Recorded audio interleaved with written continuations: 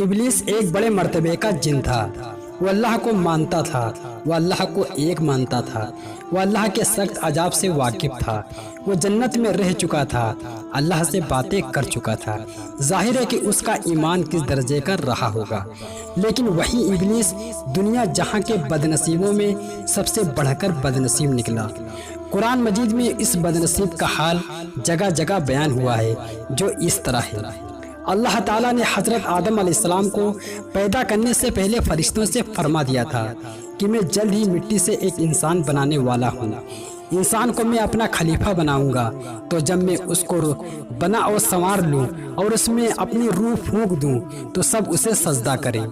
यह फरमाने के बाद अल्लाह ताला ने हजरत आदम अलैहिस्सलाम को मिट्टी से पैदा फरमाया। सबको हुक्म दिया कि आदम को सजदा करें। इब्लिस के सिवा सब ने आदम को सजदा किया। इब्लिस जिनों में से था और वो आग से पैदा किया गया था।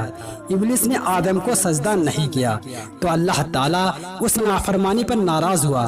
फरमाया, तूने मेरे हुक्म को क्यों टाला, आदम को सजदा क्यों नहीं किया?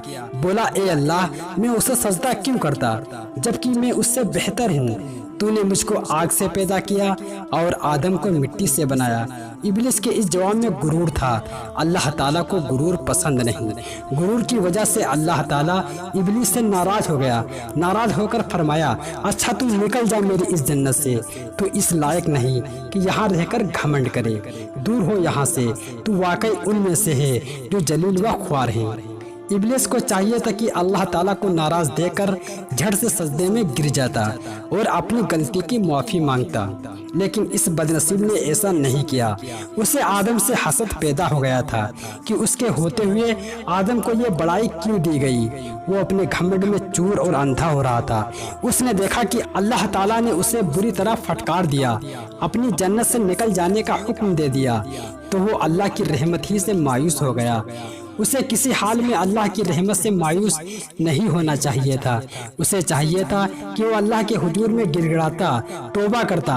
अल्लाह अपने बंदों पर बड़ा मेहरबान और रहीम है और तौबा करने वालों को बहुत पसंद करता है। अल्लाह जरूर उसे माफ कर देता। मगर हसद, गुरूर और मायूसी की वजह से इब्लिस की अकल पर पत्थर पड़ गए थे। तौबा करने के बजाय उसने अल्लाह ताला को बड़ी ढाटाई से जवाब दिया। बोला, तू खुद मुझे जलील व ख्वार करना चाहता था, इसलिए तूने आदम को ये बड़ाई दी। तूने मेरी राह में रोना अटकाया। अच्छा तो अब मैं ऐसा जरूर करूंगा कि जिसको तूने ये बड़ाई दी मैं उसकी जड़ बुनियाद उखाड़ फेंकूंगा।